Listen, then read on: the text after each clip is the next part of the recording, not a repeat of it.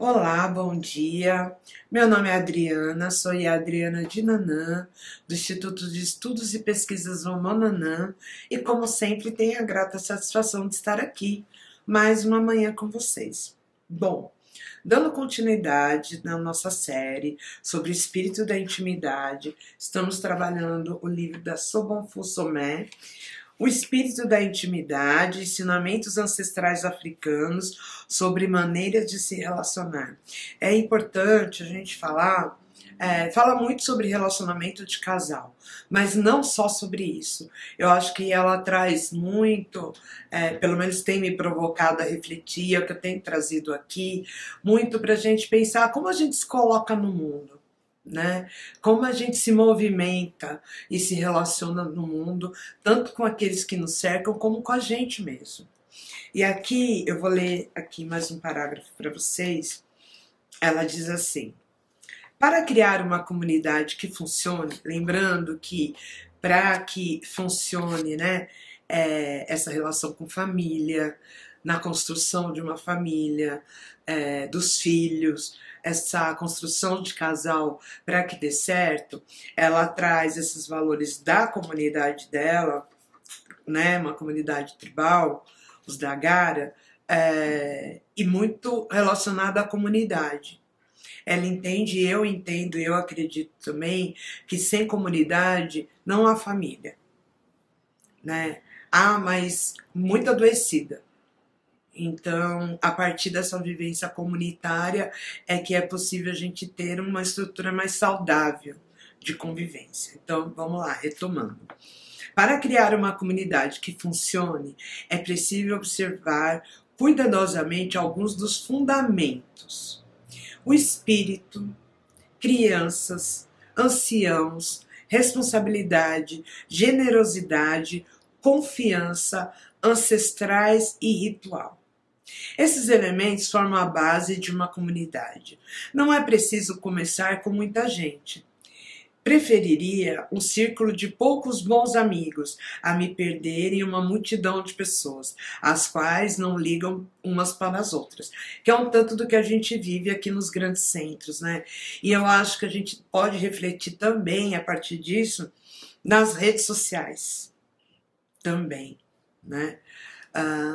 Que tem sido um espaço muito bom, muito produtivo, onde as pessoas podem hoje, são ferramentas de trabalho para muita gente, muitas pessoas, assim como eu, né, de estar aqui utilizando as redes para transmitir meus saberes, as coisas que eu acredito, mas também tem acontecido muitas coisas ruins. Né? Nessas comunidades que têm se estruturado a partir das redes sociais, onde todo mundo se movimenta, principalmente quando acontecem coisas ruins. Os grupos não pensam, muitas pessoas não pensam duas vezes antes de atacar outra pessoa. Pensando que muitas vezes a gente só tem uma parte da história, mas imediatamente as pessoas já saem julgando o outro. E tem pessoas que, da mesma forma, alguns têm se criado e estruturado a partir das redes sociais, também têm sido destruídas a partir da rede social, a partir do julgo do outro. Então, que tipo de comunidade que a gente tem criado e se envolvido, né? Acho que são coisas para a gente pensar sobre isso.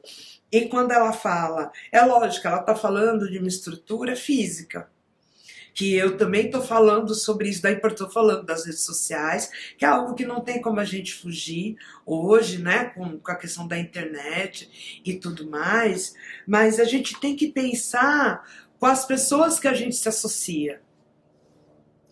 E quando a gente, né, quando ela traz aqui sobre espírito, crianças, anciãos, responsabilidade, generosidade, são coisas para a gente buscar na construção dessa comunidade, mas a gente tem que pensar que são coisas que a gente precisa ter para oferecer, para ofertar nessa comunidade, né? A gente precisa ser generoso para esperar a generosidade alheia. A gente precisa ser acolhedor para esperar o acolhimento alheio.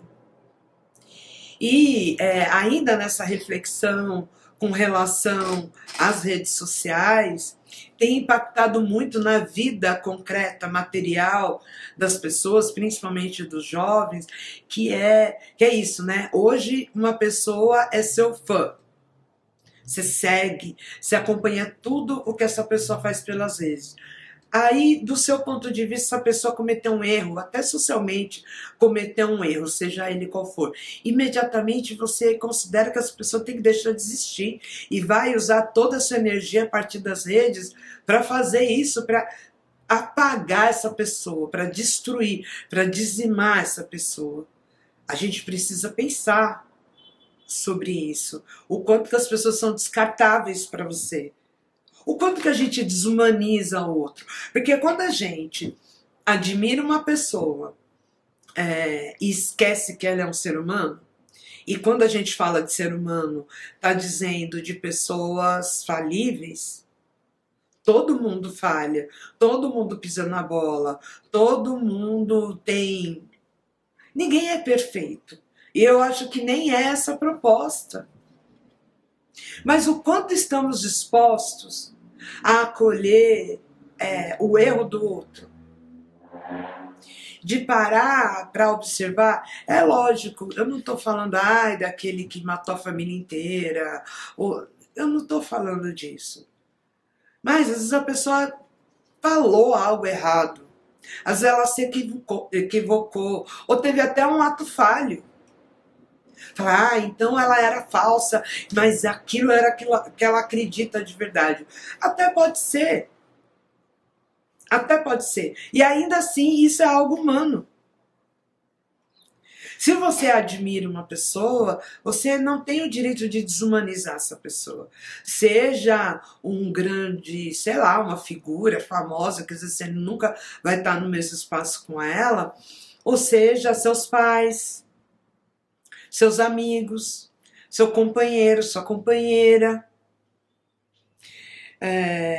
E é muito doido. Eu, enquanto sacerdotisa, enquanto em Alorixá, as pessoas me procuram nos momentos de dor, né? A gente brinca que ninguém está bem, procura um sacerdote. Não só de matriz africana, seja um padre, um pastor, seja o que for. Tipo, eu tô rico e milionário, tô com o amor da minha vida, toda a minha família está bem, com saúde, e agora eu vou procurar o pastor, vou procurar uma igreja, ou vou procurar um padre, ou uma mãe de santo, um pai de santo. Não acontece, né? As pessoas muitas vezes, na maioria das vezes, buscam o sagrado a partir de um momento de dor, de uma grande perda e tal. E uma coisa que eu observo muito dessas dores que essas pessoas me procuram, são dores provocadas pela falta da convivência comunitária, do auto-isolamento. E esse auto-isolamento acontece de várias formas. Desde acreditar que está sempre certo, de ser incapaz de reconhecer a falha do outro como algo normal e algo humano, de acreditar que todo mundo deve respeitar o seu momento, mas é incapaz de respeitar o momento do outro. E tudo isso tem adoecido as pessoas. De não ser capaz de ceder. Ou acreditar que cede horrores. Acreditar. O fato de você acreditar que cede horrores não quer dizer que você cede de fato.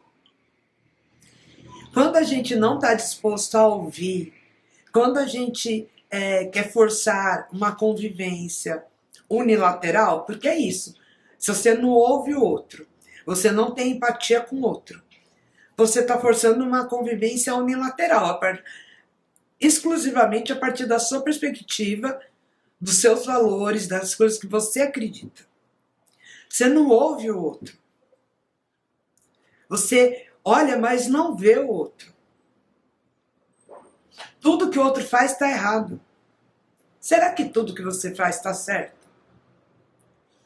Será que é possível a gente ser um pouco mais generoso com o outro ou com a outra. E até conosco mesmo. Porque essas pessoas normalmente têm um nível de cobrança também, de autocobrança, desumana. E com isso a gente vai se desumanizando e desumanizando o outro. E vai desumanizando todos os processos em sua volta.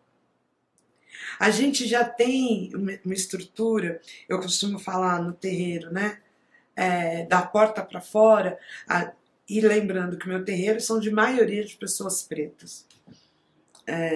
Da porta para fora do terreiro, a gente já tem toda uma estrutura para nos desumanizar. Toda uma estrutura. Até simplesmente por sermos pretos. Seja no mercado de trabalho. Essa estrutura é desumanizadora, o quantas pessoas adoecem porque entra num emprego e é sugado até sua alma. As pessoas voltam cascas vazias para dentro de casa. Isso é desumanizador. Onde, quando dizem de separar o trabalho da vida pessoal, como se você tivesse chaves, né? Para você virar, ou botões para apertar e se autoprogramar. Agora é a minha versão profissional, agora, né? E o profissional não é humano, inclusive. O quanto que a gente se desumaniza, não respeitando os nossos limites, não aceitando as nossas falhas e, consequentemente, a falha do outro. Aí podem pensar, Adriana, o que tem a ver isso com comunidade? Tem tudo a ver. E isso provoca sofrimentos no indivíduo, na sua comunidade, seja na sua família, dentro da sua casa, no ambiente de trabalho. E as pessoas vão adoecendo. Tem gente que chega a uma dor tal de pensar de deixar de viver. E eu imagino que quando a gente se vê numa comunidade, e esse é um esforço que eu faço muito grande, porque eu acredito nisso, a gente vê o valor que a gente tem na comunidade e o valor que cada pessoa dessa comunidade tem pra gente. Porque cada um com a sua especificidade, um é mais falante, outro é mais tímido, um é mais bravo, outro é mais amoroso, e a gente é capaz de aprender com tudo isso. Um é mais vaidoso, outro menos. E aí, o que é muito vaidoso pode aprender, às vezes, abrir um pouquinho mão disso para dar valor a outras coisas. E aquele que não é nada vaidoso pode também aprender a se curar tendo um pouquinho mais de vaidade, aprendendo com o outro. Ou seja, a gente sozinho não se basta. Não tem como a gente se bastar. E uma família, né, pensando numa estrutura mínima de pai, mãe e filhos, também não se bastam. Onde muitas relações acabam ficando extremamente adoecidas por acharem que se bastam. Ter espaço para troca na comunidade. E aí, quando eu estou usando essa palavra comunidade, entendendo família, a comunidade física de onde mora, ou a comunidade do seu terreiro, a sua comunidade espiritual, não importa. Da gente se disponibilizar e se oportunizar de aprender em comunidade. Porque para que dê certo é necessário, alguém tem que ceder, né? Todo mundo tem que ceder um pouquinho para viver bem nessa comunidade. E com isso a gente aprende, a gente é capaz de ser pessoas maiores e melhores a partir disso. Convivendo com outras pessoas e permitindo, né? Se permitindo conhecer de fato o outro. A gente já falou no outro programa da importância de ser honesto, de não mentir, né? De ser franco com o outro. E também se permitir ser conhecido. Permitir que as pessoas entrem em sua vida. Porque é muito triste ser só. É muito triste não tem ninguém que te conheça. Só que para que alguém te conheça de fato, você tem que permitir. Não adianta se você sempre finge que está tudo bem. Ou está sempre naquela postura sarcástica, né? Com aquela armadura, sempre apontando e criticando, apontando o dedo para um, para outro, se defendendo, evitando que as pessoas cheguem até você. Isso é tão solitário e tão triste. E aí não basta estar apenas fisicamente dentro numa comunidade, né? Dentro dessa comunidade. É necessário se permitir viver, vivenciar e contribuir. Qual o seu valor nessa comunidade? Qual legado você vai deixar nessa comunidade? O quanto que essa comunidade pode te apoiar e apoiar a sua família? Precisamos refletir sobre isso.